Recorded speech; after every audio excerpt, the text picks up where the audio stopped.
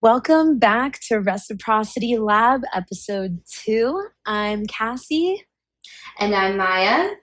Welcome back to the podcast, guys. Today we are taking a big zoom out and talking about what is sustainability.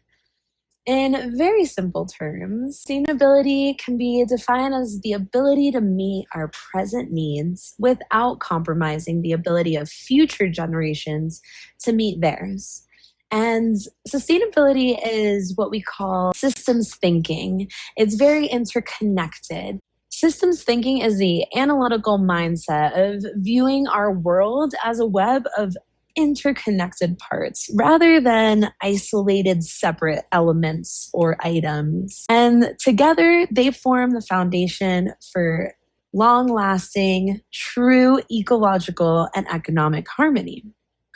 So if we zoom out a little bit more, there are 3 pillars within sustainability that requires balancing our interconnected systems of our economics or governing bodies, our social aspects, meaning people, and then our environmental dimensions. And today, Maya is going to be tuning us in to her experience in Copenhagen. She was part of an experience that showcased sustainability in action and super hands-on. Her pictures were amazing, and I'm really looking forward to it myself and finding out what she learned, how it made her feel, and everything in between. So Maya, please take it away. Give us, the story of Copenhagen, please. Yes. Well, thank you, Cassie, for that amazing intro. I'm so happy to be here to share my story today about my time in Copenhagen.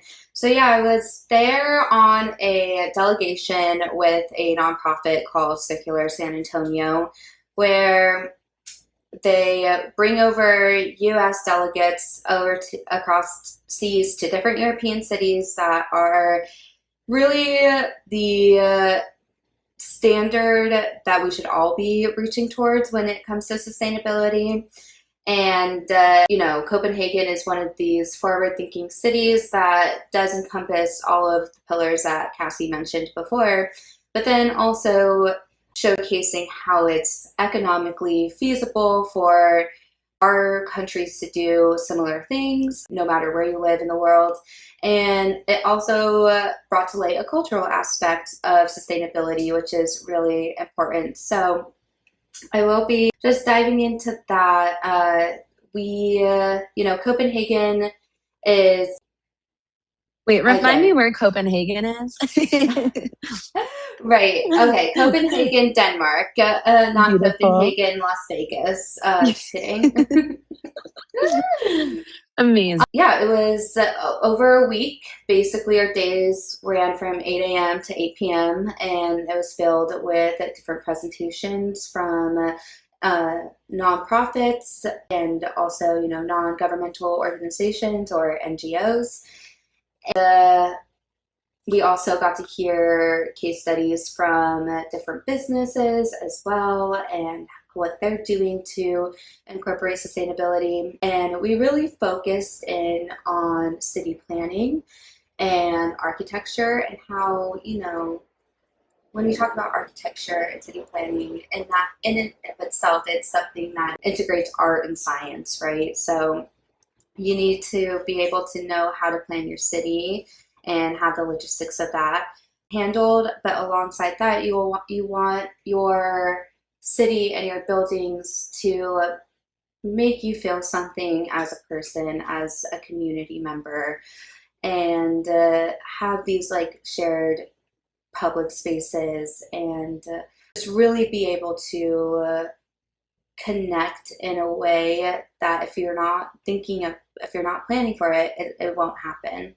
Theme that I learned in Copenhagen is that loneliness is preventable. And usually me being in LA, Cassie being in New York for a minute, I think we can both attest to how lonely cities can feel.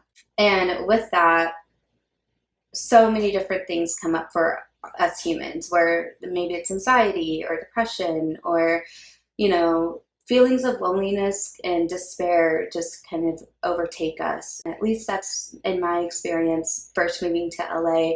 That was a really hard thing. And I had to go out searching for community, whereas in Copenhagen and other cities in Denmark, they're noticing that loneliness is preventable just by the way that we create and plan our cities. So that was really cool just to see that side of like social sustainability and them being like, we can help people, we can uplift people to come together. And yeah, I just thought that was awesome. Do you think that that's one of the strengths of sustainability is the social and the human aspects?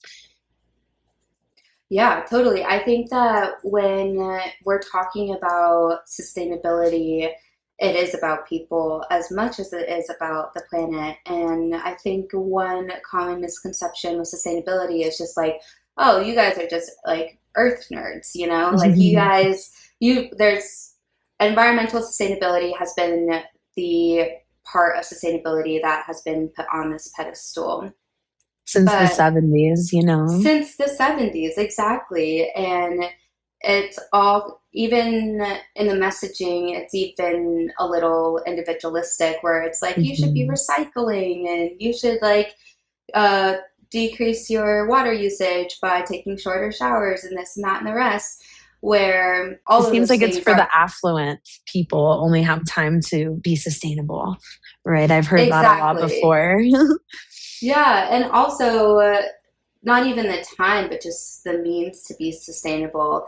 And so when we're talking about social sustainability, we're talking about human rights and the way that every human deserves to live. So that means they should be having clean water. They should have healthy food systems. We should have some more buzzwords, but like resiliency in our communities and equity and inclusion, meaning that, no one group of people is benefiting off of the expense of other people. And that can show up in businesses like labor conditions and labor rights. But it really just comes down to, systems cannot be sustainable if they exploit people. So we have to put people up there with the environment. It has to be equal in that way. Even if Mhm. things are eco-friendly, like there's a lot of companies out there that are eco-friendly, quote unquote, right? But they still exploit their workers. So that's not a Mhm. sustainable company. It's not a sustainable, and our governments do this as well. So Mhm. it's not a sustainable government in that way. So people do matter, and we're a part of this planet as much as any other living thing. So I think that's really important to think about when we're talking social sustainability. Absolutely. I would love to take a beat and talk about the resiliency or resilience um, term because I think a lot of people might have like a vague understanding of what that means. But and correct me if I'm wrong, but I feel that this is a huge marker of success, whether it's economic, social, or environmental, is the ability to adapt to traumas, adversity, stresses, and bounce back from difficult experiences overcome. And that looks so different depending on where you are in the world, where you are in the United States, even. But that is the foundation of what we're trying to achieve is being able to meet a difficult moment and adapt and overcome.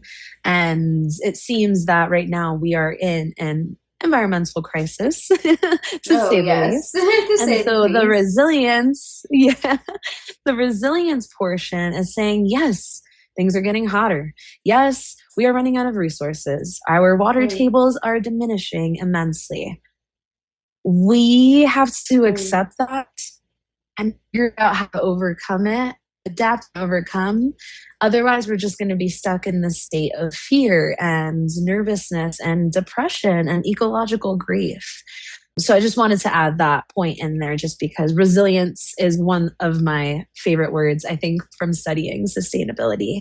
Then zooming back in to your experience in Copenhagen, our I would say the reason why environmental sustainability has been such a focus is because without the environment, we don't have humans or social constructs or governing bodies or, more than that. We don't have a society.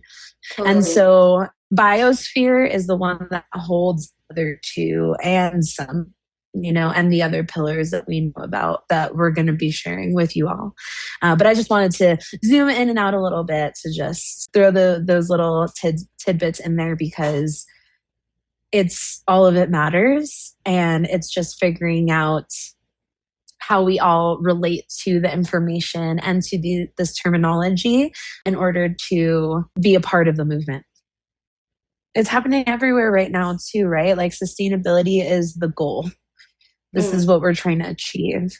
And then resilience is how we survive while we're trying to achieve sustainability. Yes, that's So perfect. I could yeah. not even say it better myself, Cassie. That's awesome. Exactly that. Thank you. Thank Um, you. you're welcome. You're welcome. Yeah, I just feel like Copenhagen was such a good experience. I was very lucky to go, privileged that I had a lot of supporters who and donors that were able to send me on this trip.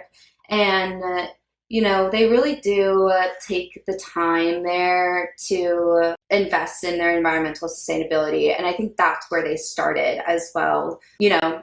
When we're talking about sustainability and how environmental sustainability is the one that people most know of and people talk the most about, that was Copenhagen's starting point as well.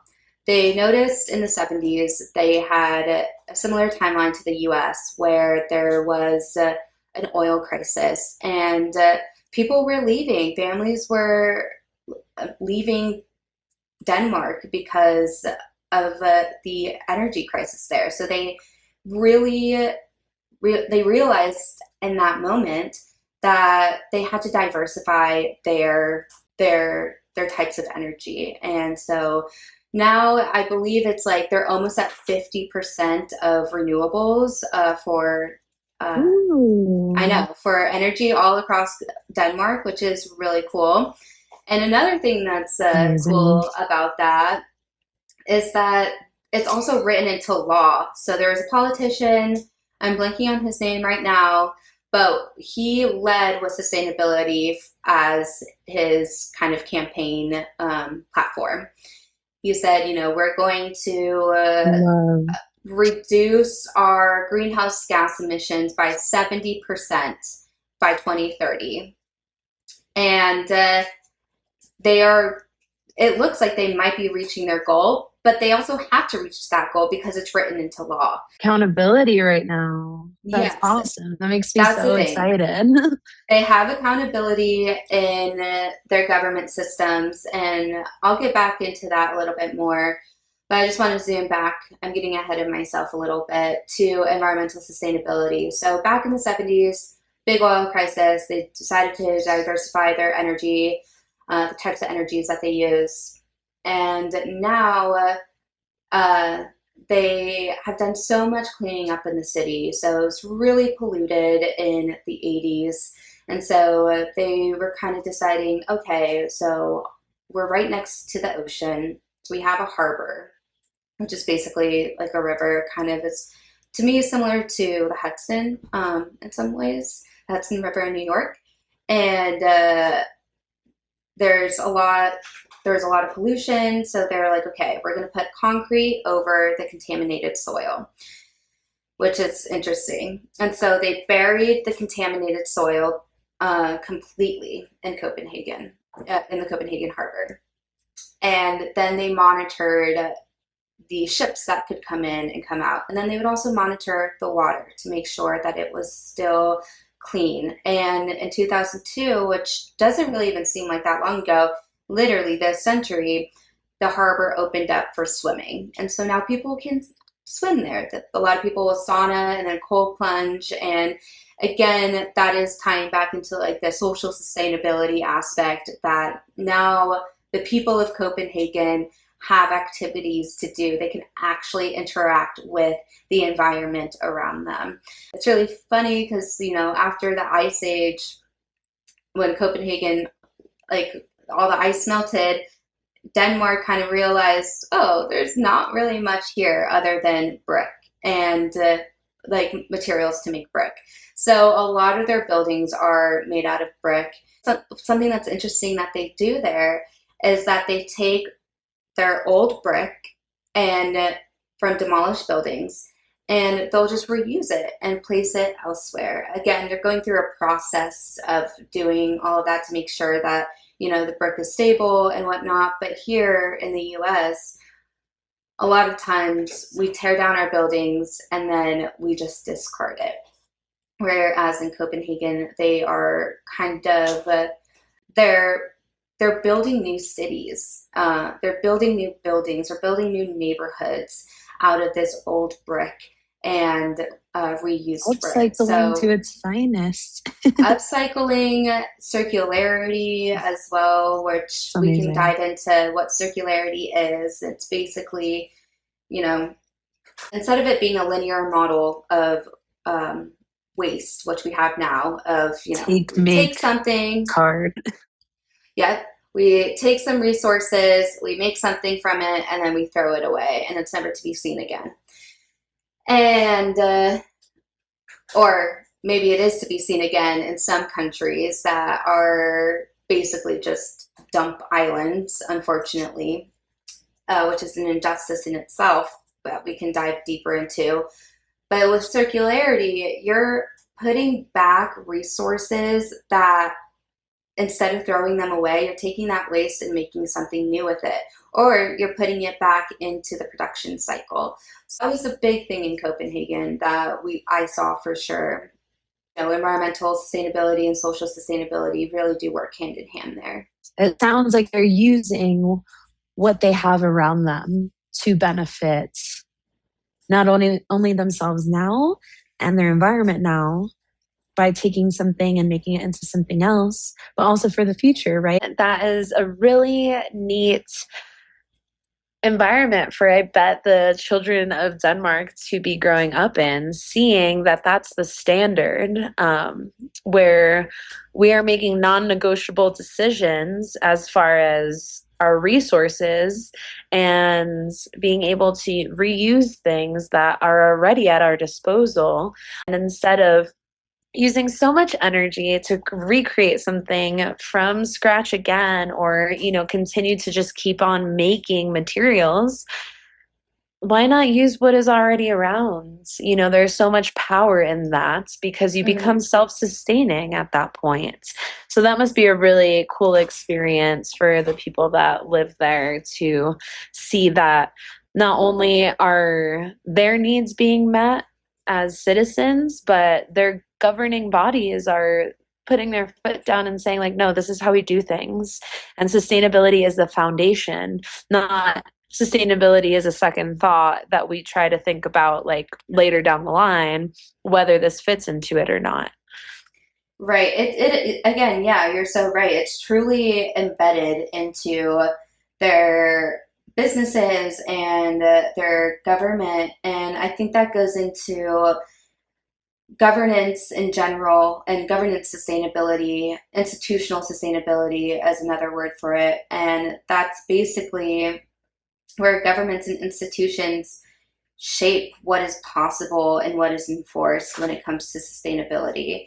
So it is so important that public-private collaboration exists and that we can actually scale that. And Copenhagen has done such a good job of that, just by putting it into law. Denmark putting it into law that they have to reduce their greenhouse gas emissions by 70%.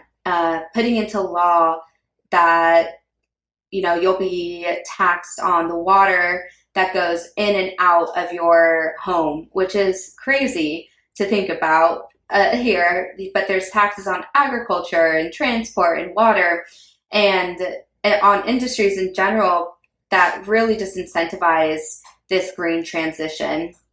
And so regulation is a big part of it. And so we want our governments, we want our businesses to be sustainable because they really do shape how economically feasible this transition can be. And Copenhagen has seen that.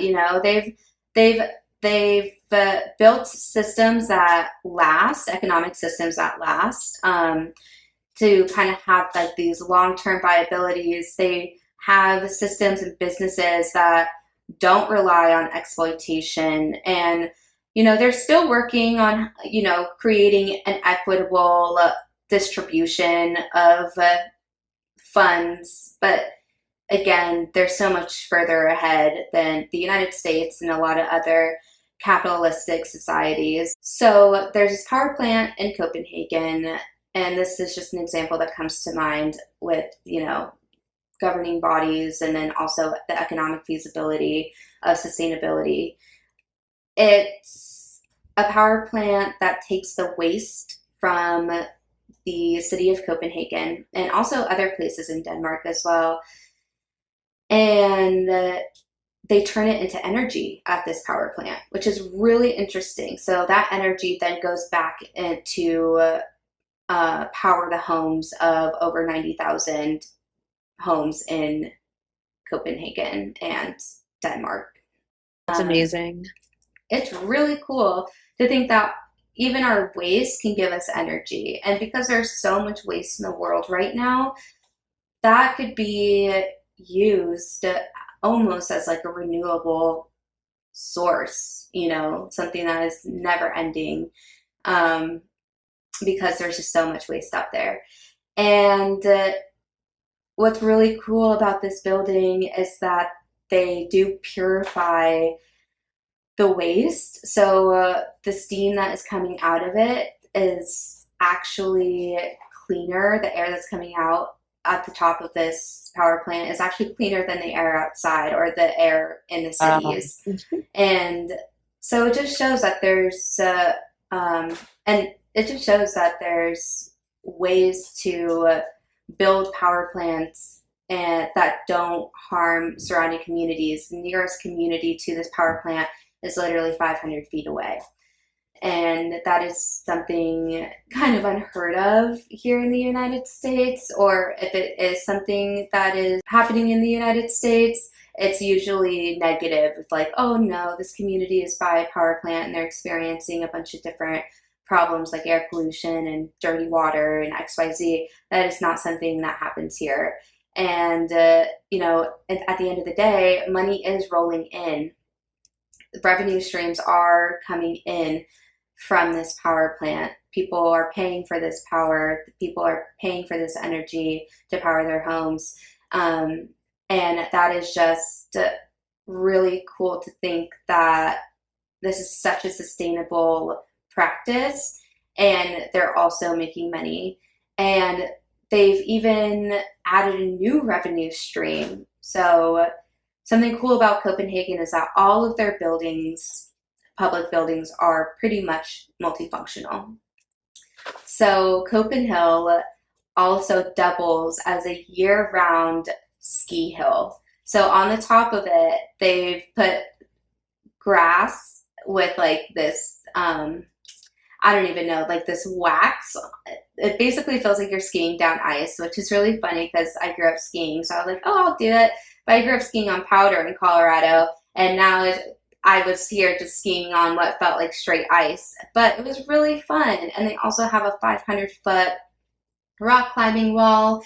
They have like little trails that people can walk up to the top. They have concerts that they throw at the top. They have a cafe up there.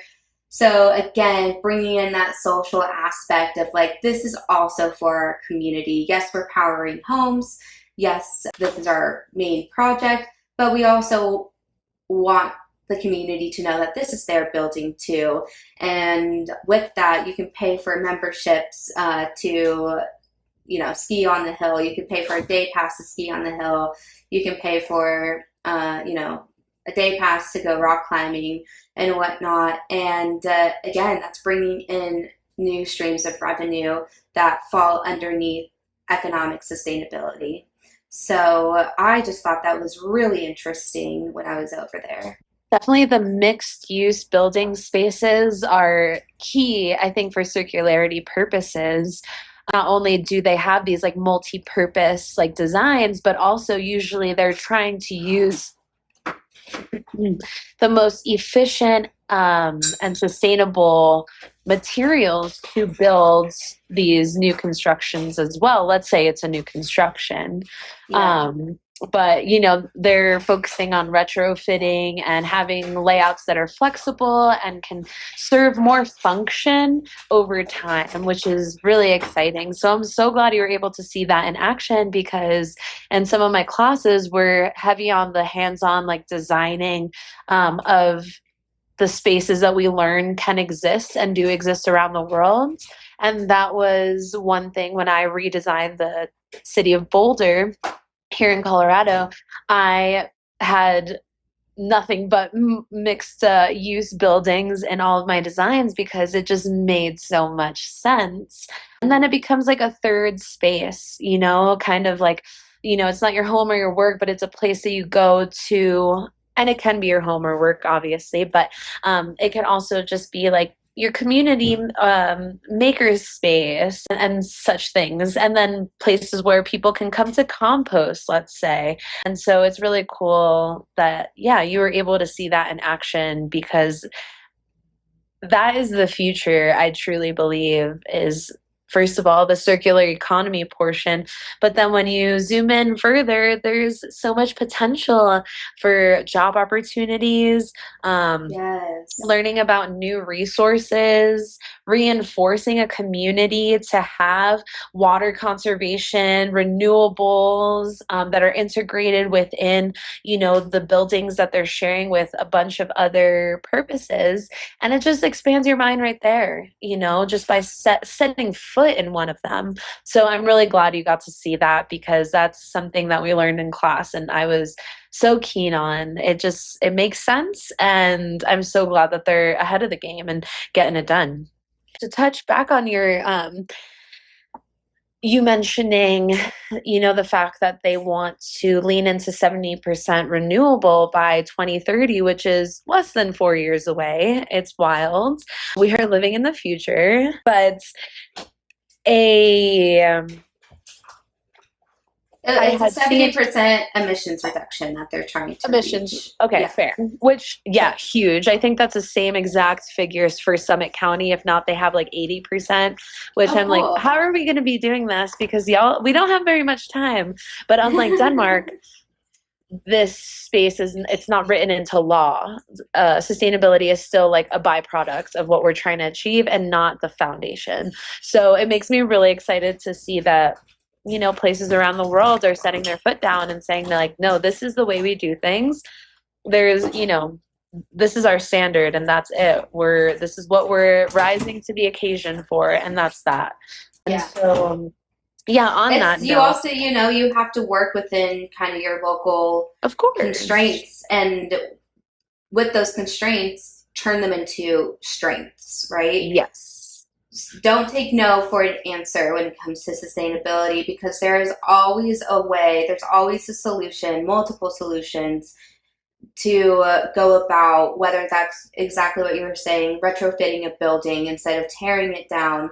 Like here in LA, there's three big buildings that were going to be apartment complexes, and now they're just like known for being the graffiti buildings here in LA, and they might be torn down, but it's like, why tear them down when you can just build what's on top of what's already there? And that's something that they do in Copenhagen and across Denmark in general, and also in Sweden, where they take buildings that are already standing, that already have the foundation, and just retrofitting them and building on top of that, so they're not wasting time and energy and resources and money, money, Mhm. on building something completely new. And so it Right. is more, in the long run, it is a lot cheaper to be investing in sustainable technologies, and you'll see a return on that investment. Maybe not right away, but definitely long term for your local economies. And that's why Denmark also is able to take care of their people through like universal health care. That's awesome. And is there like a focus you would say on electrification there? Because I believe it was Denmark that I was reading an article randomly a while ago, but um folks were saying, hey, like this is like the second week in a row, like we all, maybe not the whole week, but we all got free electricity because, we are tapped into a grid so we can share this form of energy with each other that at the end of the day there's a surplus, and so people benefit because now you get free electricity, when meanwhile I was paying like $250 a month this winter to have the bare minimum of electrics like plugged in, and the heat, even though we're at high alpine 10,000 feet, like I would just leave it to like 60 no matter how cold it was outside. It would have been nice to have like a free week in there of electricity. So I'm Oh just yeah, I curious if bet. you saw that electrification um momentum out there, because I'm pretty sure it was Denmark, but I could be wrong. Yeah, so in Denmark they have a bunch of wind farms, and really wind is really cheap there. So it's a lot more efficient than using fossil energy, which when you're looking into electrification, that's kind of a no-brainer. And I did see that there, the country is really trying to have, or really trying to scale this cross sector electrification through their infrastructure. So, using renewables, having energy hubs like offshore infrastructure in the North Sea. They want to expand their electrical grid to be able to handle, extreme pressure and extreme pressure in the sense of, they want to make sure that if their energy goes out in one place, there's another place to get it. So, more on the electrification, they have this thing called district heating. And so, electrification is also transforming their district heating sector as well. There's over 300 electricity based district heating plants that supply localized heat. And this really has improved energy efficiency and independence. And on the industrial business level, a lot of the industrial sectors in Denmark are just transitioning from fossil fuels to heat pumps and electric boilers. They're really trying to phase out of fossil fuels entirely by 2050. Most of their vehicles there, they don't really drive. It's a very walkable city. They have a really great transportation system. Their metro is the best I've ever been on. A lot of their vehicles are EV, and they're trying to break into that market even more. But people just don't drive over there because they don't really need to. They have a whole biking infrastructure there, so they've built bridges that are only for pedestrians and for bikes. And when it snows over there, they plow the bike lanes first because that's how people just get around versus plowing the streets first and using your cars. In America, we have these highway systems where, you're being pushed to, as an individual, you're being pushed to use those highways. Where in Copenhagen, when they built all this biking infrastructure, there was a question of, are people going to use it? But because it was there and because the push is there to have people bike instead of ride in their cars or even ride in the metro, um, it just naturally occurred, and it just that was the effect, the cause and effect of it all. Um, Building new biking infrastructure then did increase the amount of citizens who bike to work or bike to a friend's house or any of that. That makes sense. That's, it seems that they have figured out that when people feel good, they do good. Like Yeah. when we have the access and the resources to do better, people will, and so even having like a bike Hmm. lane, for Hmm. example, that is such a game changer because you feel safe, like, oh, I have the space to Hmm. do this activity and be healthy and ride with my friends, let's say.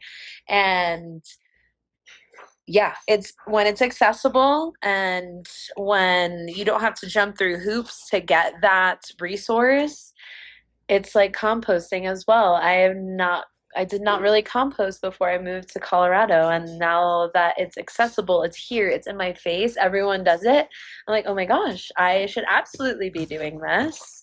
And Right. so it Yeah. seems like it's very similar where they're building the infrastructure, they're building the space to have people have a choice. Hey, if you want to do the more environmentally sound thing, you can, and it's not going to cost you extra. You don't have to go to a faraway place to dump your recycling, et cetera, which is really, really cool. Yeah. I mean, Um, they have recycling centers there that, again, are multifunctional and um, are so cool. I visited one, and you can like recycle things there, and they have different bins of what to recycle, um, just to make like the infrastructure, just to make it easier sorting for sorting reasons. They have these different um, bins of what to recycle. Like clothes can go here, plastics here, nice. textiles there, whatever. So that was really cool. But then on the flip side of that, things like Barbie dolls, I guess maybe it would be harder to recycle that, but then it turns into a toy section for kids where they can go and get free toys. And maybe then the parent like exchanges a toy for a toy. So That's then it's amazing. like you're also kind of understanding that nothing is truly yours. Yes. This planet is not just yours, right? It was here before us, it's gonna be here after us, and same with people. So really wrapping your mind about around we don't truly own anything. We're just Mhm. borrowing it for our lifetime or for Yeah. a short amount of time in our life, like childhood or something. And that then can be passed down to future generations of children or people or whatever. What an amazing, amazing way to exist. I love the taxes as incentives. Would love to talk about that at another time. Also, get a little bit deeper into like what are our taxes doing in this country and how they could be reshaped because our economic systems are built, they're designed, they're not an end all be all, and that we can't change things as they are.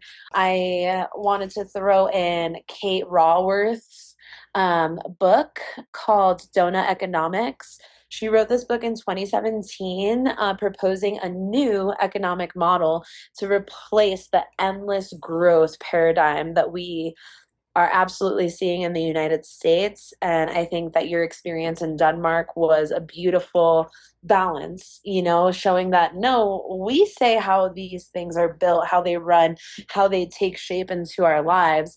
And essentially, what Kate Raworth is suggesting in her book is ways to think like a 21st century economist and using the shape of a donut in order to illustrate how humanity can exist in a safe and just space where we're contributing to everyone's benefit economically, socially, culturally.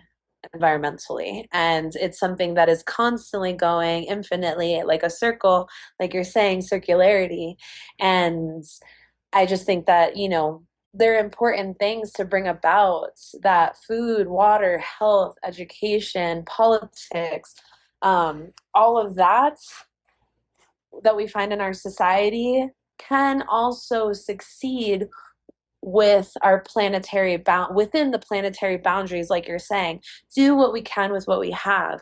Don't overexert, don't exploit. And so I just wanted to, you were on a flow, so I didn't want to just interrupt you because it was all so good and juicy. But it was just bringing me back to everything that I've learned this semester. And I love Totally. that you got that in-person experience to validate, like, these are beautiful things that can exist and do exist, and we just have to figure out how to catch up, essentially. Exactly. And I think it's like so important, to mention in Denmark, a reason why they have such a high success rate is because the public and private sectors are actually collaborating.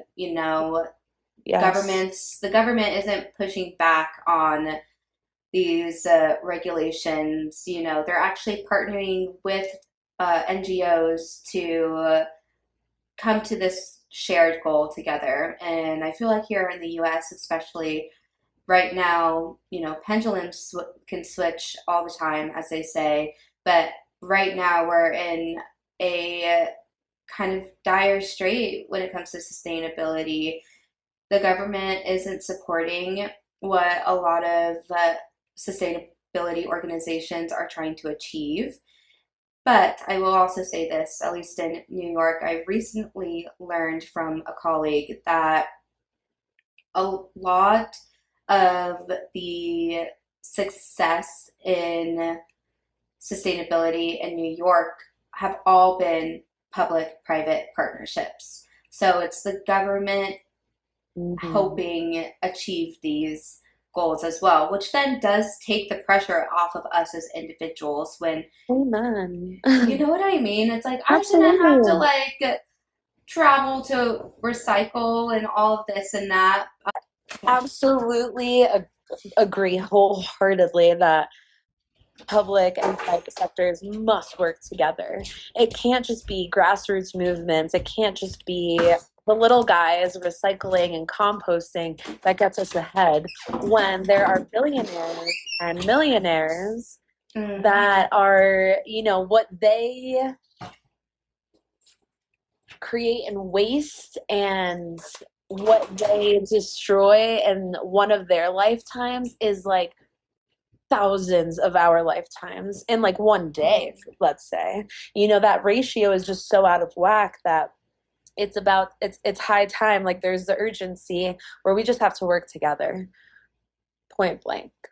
if anything, the public and private partnerships that are happening right now in the US, it almost feels like they're doing unsustainable things. They're Mhm. partnering for, oil and for big oil and gas and destroying our natural landscapes. Like Our our biodiversity, our biodiversity. What are they ocean called? life, everything. Our national parks are becoming a place where we're thinking of drilling for oil, and it's like, let's not do that. Maybe let's Right. protect that, and maybe start looking at places to build infrastructure that is sustainable and can be long lasting for not just our generation, but for and the rest of our lives, but for future generations as well. And with that, it's like Denmark, their whole culture is about sustainability, it seems like. And culture is just so important in general. I think cultural sustainability is so important in terms of just preserving and evolving our knowledge and our traditions and our practices and protecting our languages and our identity and cultural heritage and making sure that our communities can define sustainabilities in ways that reflect their lived experiences. And, you know, I feel like Denmark isn't the only place that does this or has been doing this, but indigenous communities have been doing this since the dawn of time. So it's respecting the land and respecting our social contracts to one another that creates, and shapes culture. And culture is needed for humans as well. So I kind of wanted to end on that a little bit, that sustainability is also about cultural continuity and cultural justice. And without it, solutions risk becoming a one size fits all, and it disconnects us from people and places that we're meant to serve and like also thrive in. The United States has only been a country for 250 some years. Like, we do not know everything that this land has been doing for millions of years, you know? Right. And so to me, it just seems that so desperately the United States needs sustainability for any of the industries that it has presently that people are lobbying to continue or that need to take place and be birthed right now. Let's say renewables, for example. If we want to go on, if we want to keep partying on this planet, like, we need sustainability, and not the other way around where, oh, we'll think about it and see how that fits into our agenda. It has to be a non-negotiable. And just like a subtle quick plug for my university, like Colorado Mountain College is doing this amazing thing right now where it is building a president's action team that will have a representative at every one of the 11 or 12 campuses that we have, representing sustainability and doing their part into implementing things to actually take action on sustainability at every single campus.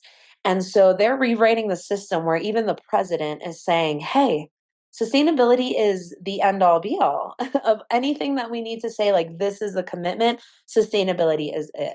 And so they're writing it into their now new teacher training, new faculty training. Every student that gets orientation, sustainability is one of the facets that we are training them on. That we are not a university with a sustainability degree program, but we are a sustainable university, a sustainable institution that has implemented and embedded in sustainability into every degree that we have, because that's how it should be. There should be the room to speak on sustainability in a business degree, in a welding degree, in a EMT degree, and the likes. Nursing, Totally. everything. And so I love that they're making sustainability the culture and not an aspect or a facet of who we are. This is our culture, is we're sustainable, we're helping one another. We are thriving together, not at the cost of anyone's, at the expense of anyone. And so I think that has given me so much hope to be a part of an institution like that. And I'm sure that you've gotten so much inspiration in doing the Circular San Antonio experience. And I wanted to really quickly touch as well on when you're commenting that people are living next to a power plant in Copenhagen, and it's not really like looked down upon. It's, here in the United States, most of the people that are around the most climate intensive spaces like Flint, Michigan, or even now in Commerce City and Aurora, and other places near Denver, that are seeing their quality of life, their health, all of that is being impacted in such big ways that marginalized communities are in these red zones, these danger zones, that are not suitable for life.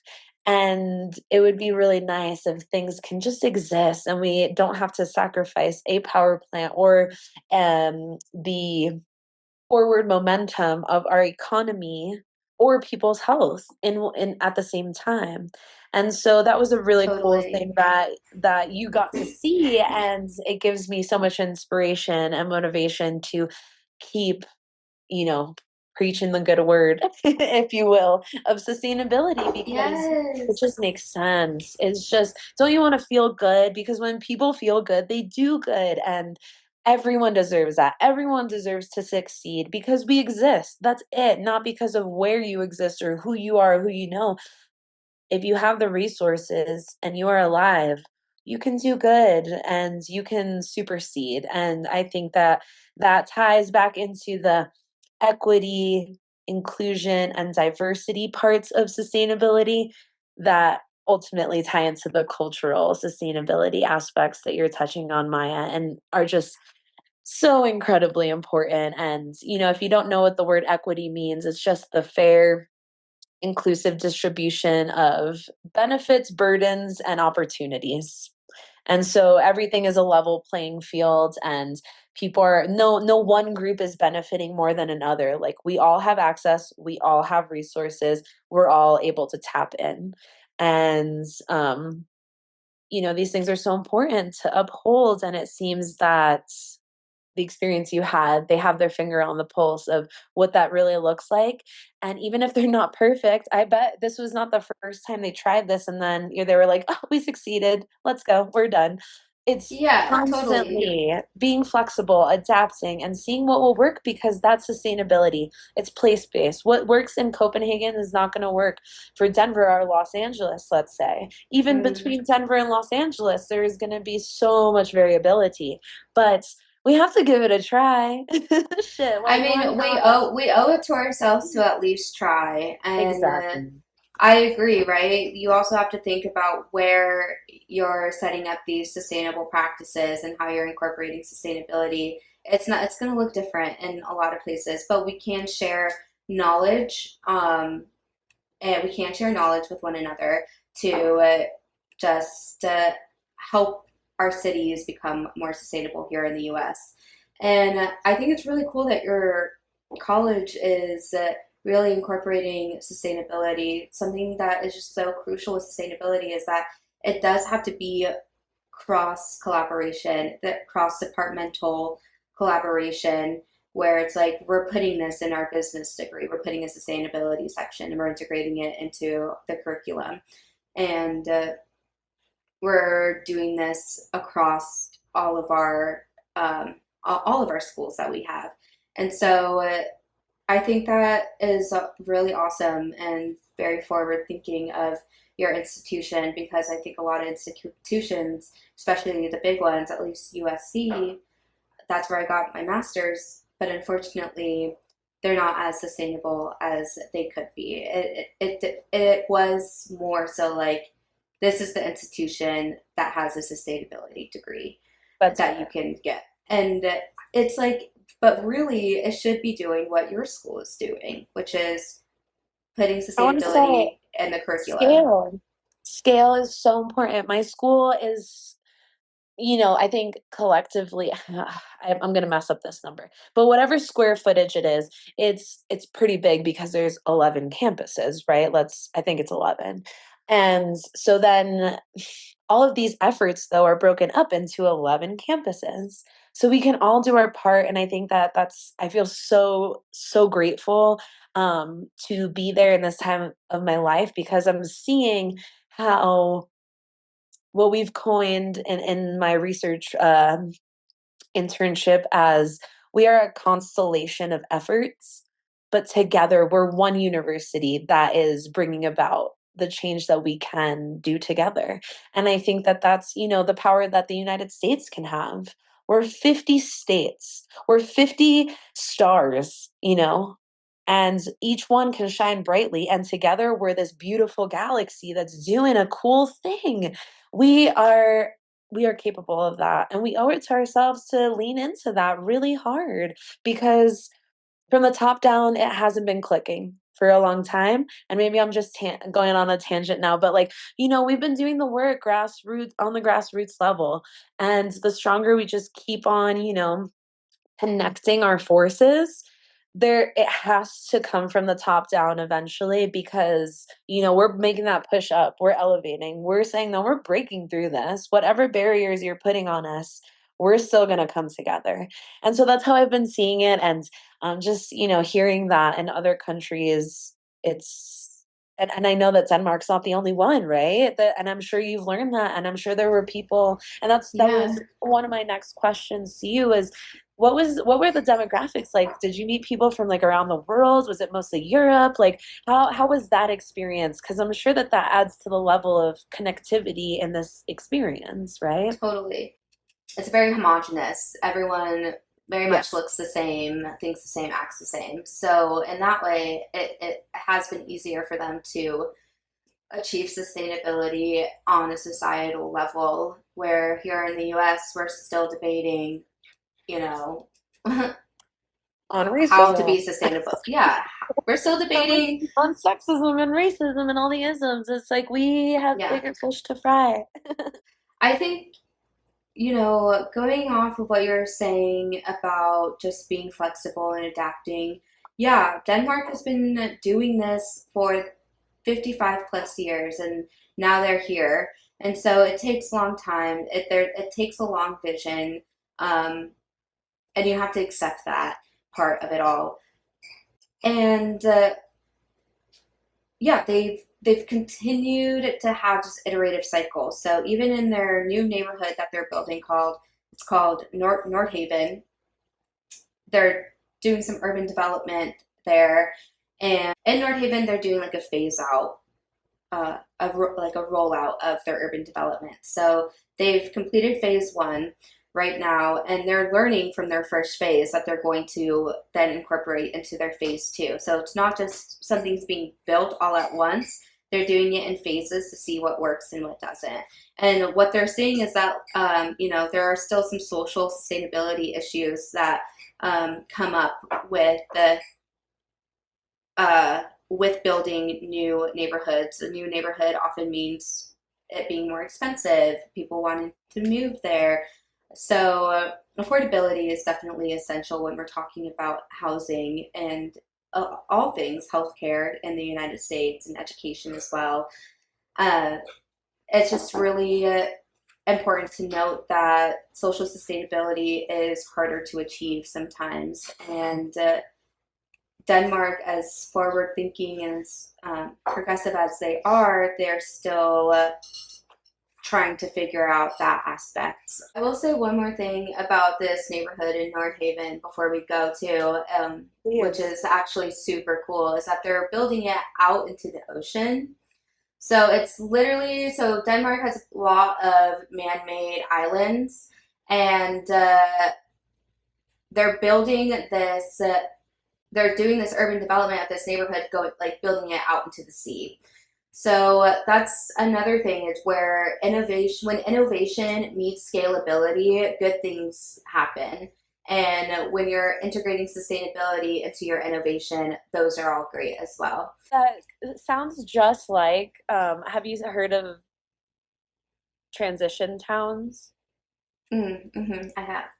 A transition town would be like a grassroots community initiative or project that would aim to increase the self-sufficiency of a space in a very like hyper localized um, way to reduce specifically the reliance on fossil fuels.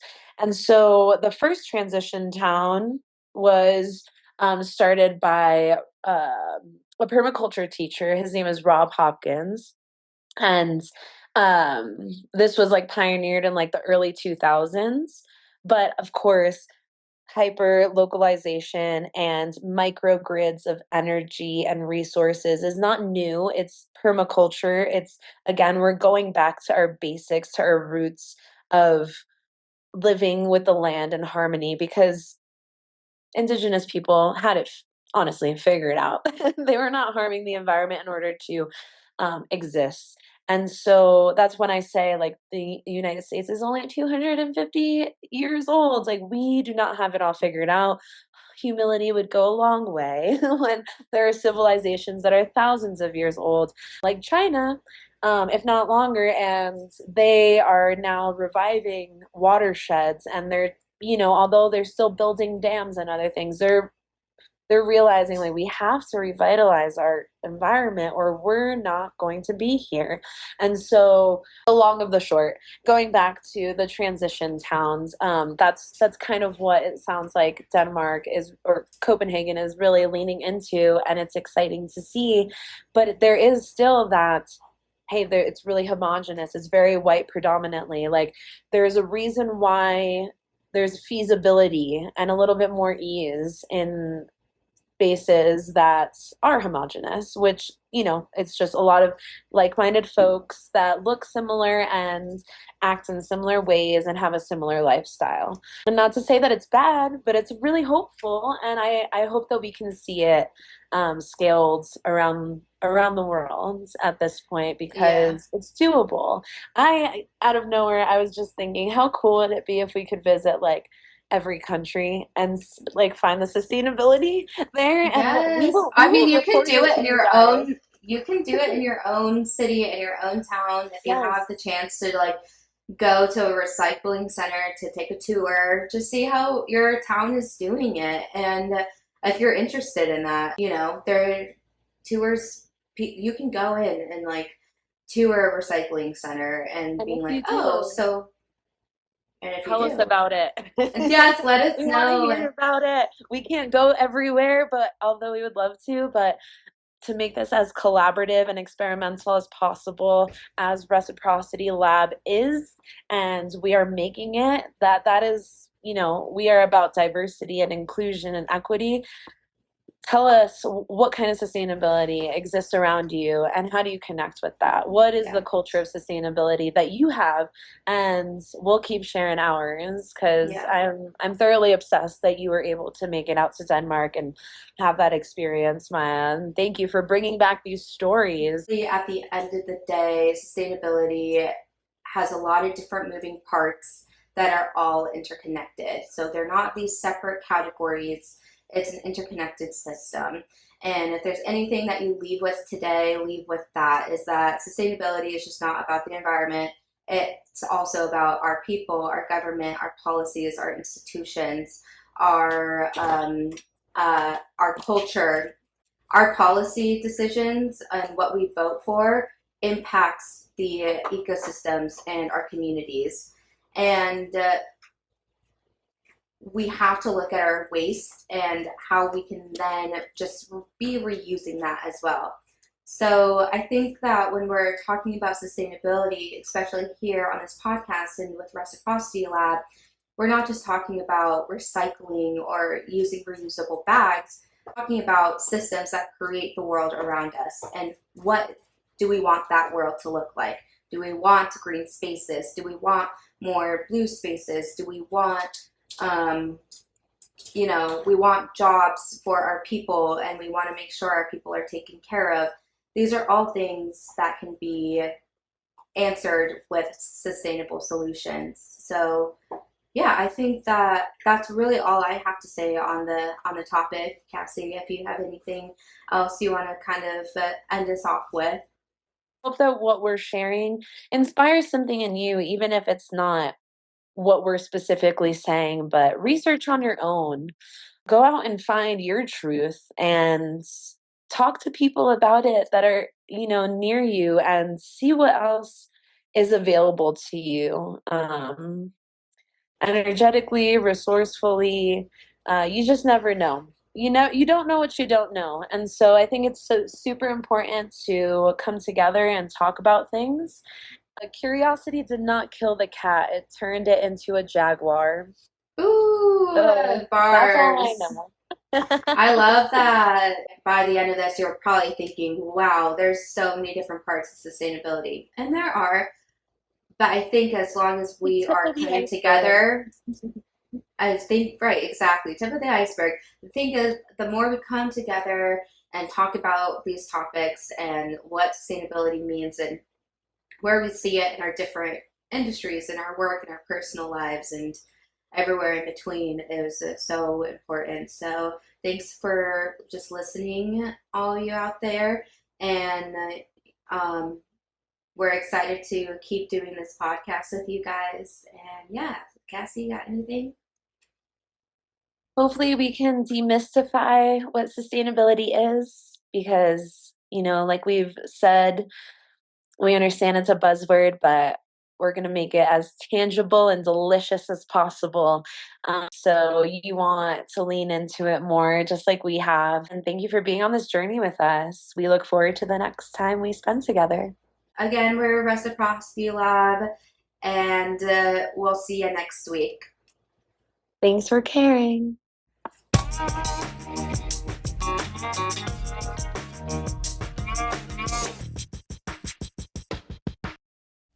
Reciprocity Lab is a sustainability collective that aims to connect one another through education, shared storytelling, and community outreach.